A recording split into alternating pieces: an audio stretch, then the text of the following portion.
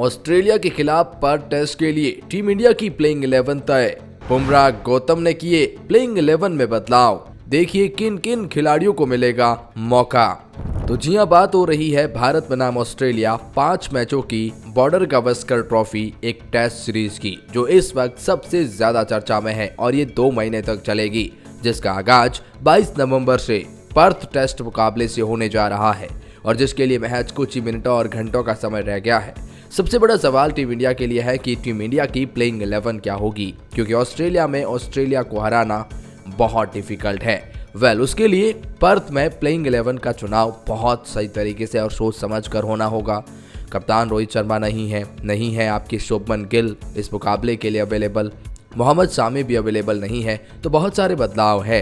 कप्तान जसप्रीत बुमराह को बनाया गया है, हाल ही में फोटोशॉट कंप्लीट कर लिया गया है, इंटरव्यू भी हो चुका है जसप्रीत बुमराह का और उससे हो चुकी है प्लेइंग 11 की तस्वीर भी साफ। आइए आपको बताते हैं पर्थ टेस्ट मुकाबले के लिए, बीजीटी के लिए, बॉर्डर गावस्कर ट्रॉफी के लिए, जो कि टीम इंडिया के लिए मस्ट विन है WTC के फाइनल में जाने के लिए, उस लिहाज से भी इस मुकाबले के लिए क्या रहेगी प्लेइंग 11 इस एक खास रिपोर्ट में। लेकिन आगे बढ़ने से पहले आपकी बेस्ट प्लेइंग 11 जिन्हें आप उतारना चाहते हैं, कमेंट सेक्शन में अपनी राय, आपकी राय ज़रूर बताएं। लेकिन उससे पहले जानें कि क्या रहेगी प्लेइंग 11 और इसकी तस्वीर खुद जसप्रीत बुमराह की तरफ से साफ कर दी गई है। सबसे पहले बात करते हैं टीम इंडिया के ओपनिंग जोड़ी की। तो पहले पायदान पर नाम यशस्वी जायसवाल का आता है। इसमें कोई दो राय नहीं है कि यशस्वी जायसवाल ने पिछले कुछ समय से इंडियन क्रिकेट टीम के लिए अच्छी बल्लेबाजी इन द टेस्ट फॉर्मेट की है, कोई डाउट नहीं है। फिर वो चाहे इंग्लैंड के खिलाफ हो या फिर बांग्लादेश एंड देन न्यूजीलैंड के खिलाफ भी, हालांकि हम सीरीज तो जरूर हारे, लेकिन जायसवाल का परफॉर्मेंस ठीक ठाक रहा है। जायसवाल ने अभी तक प्रभावित किया है कम टेस्ट मुकाबलों में, 2 दोहरे शतक लगा चुके हैं। बहुत ही शानदार परफॉर्मेंस वेस्ट इंडीज़ के खिलाफ भी दी थी, तो बहुत ही कमाल का ये खिलाड़ी है। अग्रेशन के साथ में बैटिंग करते हैं, इनके पास वो बैटिंग के सारे शॉट्स अवेलेबल नज़र आते हैं। इनकी बैटिंग में वो वेरिएशंस देखने को मिलता है, वो स्वीप शॉट देखने को मिलते हैं, वो पॉजिटिव इंटेंट देखने को मिलता है। और अगर आपके ओपनिंग पेयर में अगर यशस्वी जायसवाल जैसा बल्लेबाज है जो लेफ्ट एंड राइट कॉम्बिनेशंस को भी मेंटेन करते हैं और अटैकिंग अप्रोच है, तो आपको यशस्वी जायसवाल के साथ में जाना होगा। एक बहुत ही शानदार बल्लेबाज है और इनके साथ में नाम KL राहुल का आएगा। हालांकि KL राहुल को लेकर सवाल ये है कि ये इतने ज़्यादा अच्छे फॉर्म में नहीं है, लेकिन टीम इंडिया के पास और कोई ऑप्शन भी नहीं है। जब रोहित शर्मा अवेलेबल नहीं है तो फिर KL राहुल के साथ में ही आप जाना चाहेंगे। KL राहुल पिछले कुछ समय से हालांकि टीम इंडिया के नंबर 5-6 पर विकेट कीपर बैट्समैन की भूमिका निभा रहे थे, लेकिन वहां ऋषभ पंत की वापसी हो चुकी है। फिर वहां पर से अब KL राहुल को जब रोहित अवेलेबल नहीं है तो ओपनिंग पेयर में डाला जाएगा।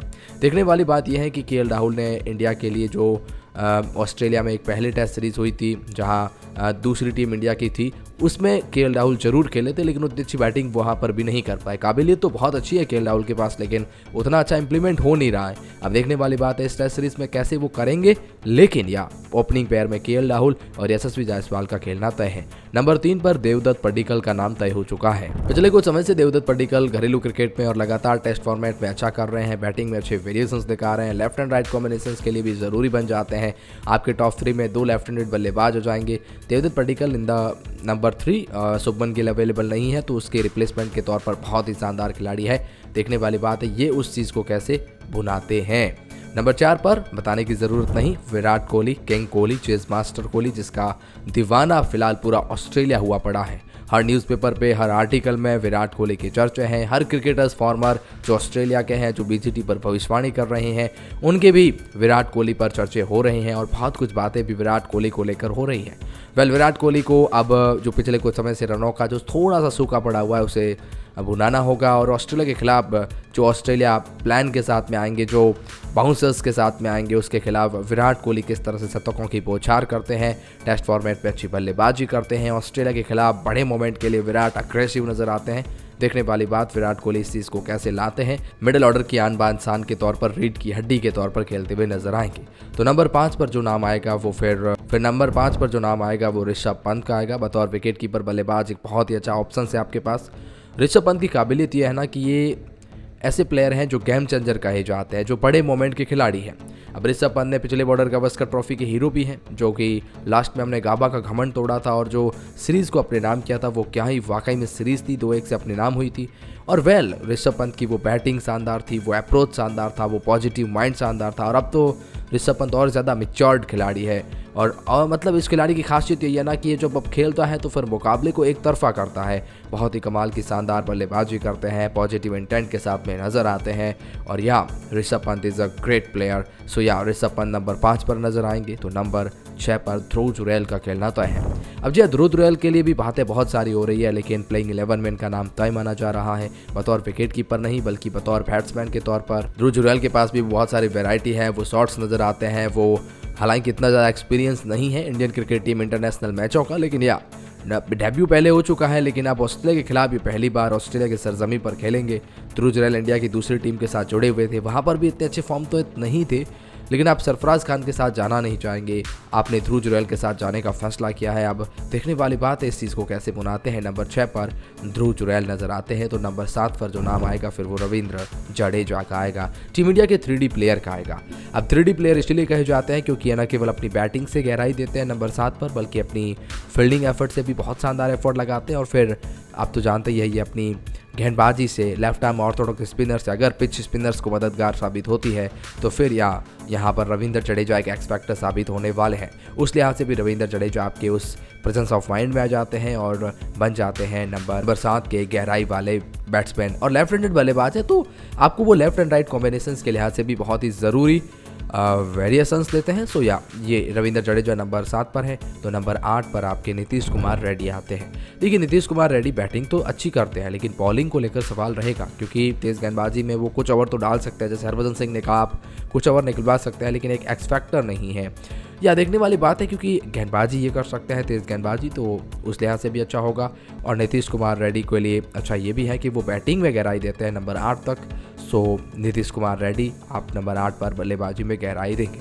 और अब बात करते हैं 3 तेज़ गेंदबाजों की, जिसमें जसप्रीत बुमराह 9 पोजीशन पर आएंगे। टीम इंडिया के कप्तान हैं और बहुत ही कमाल के पॉजिटिव इंटेंट के साथ आ रहे हैं। इन्होंने कहा जो बीत गया वो भूल गया, उससे आप पॉजिटिव लीजिए और आगे बढ़िए, और अब बीजीटी में अपनी बेस्ट परफॉर्मेंस दीजिए। आपसे उनसे क्या सबक सीखते हैं वो सीखने वाली बात है, और अब आप कैसे आगे इम्प्लीमेंट करते हैं ये देखने वाली बात है। और बहुत ही इंपॉर्टेंट रहेगा किस तरह से जसप्रीत बुमराह गेंदबाजी करते हैं, नई गेंदबाजों का इस्तेमाल करते हैं, पहले टेस्ट मुकाबले में कप्तानी करते हैं। बहुत कुछ चीज़ें तय करेगी जसप्रीत बुमराह के बारे में। नंबर 9 पर तो 10वें पायदान पर जो नाम आएगा वो फिर मोहम्मद सिराज का आएगा। बुमराह के बाद अगर किसी खिलाड़ी के पास एक्सपीरियंस है तो फिर वो मोहम्मद सिराज है।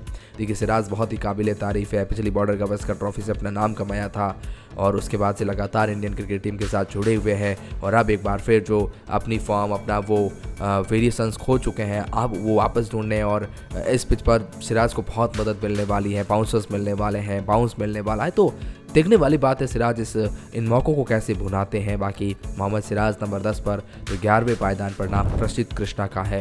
प्रसिद्ध कृष्णा भी कमाल के गेंदबाज हैं, इनके पास हाइट है तो बाउंसर इनको अच्छी मिलेगी, बाउंस मिलेगी तो फिर फ़ायदा मिलेगा इंडियन क्रिकेट टीम को। उस लिहाज से भी प्रसिद्ध कृष्णा की जगह प्लेइंग 11 में पक्की होती है, और प्लेइंग 11 में कुछ इस तरह से खिलाड़ियों का डाइवर्सेंस रहेगा। वेल इस बारे में आपकी क्या राय है? ये तो थी हमारी प्लेइंग 11 जहाँ हम सोचते हैं, और लगभग इसकी तस्वीर बुमराह की तरफ से भी साफ कर दी गई है।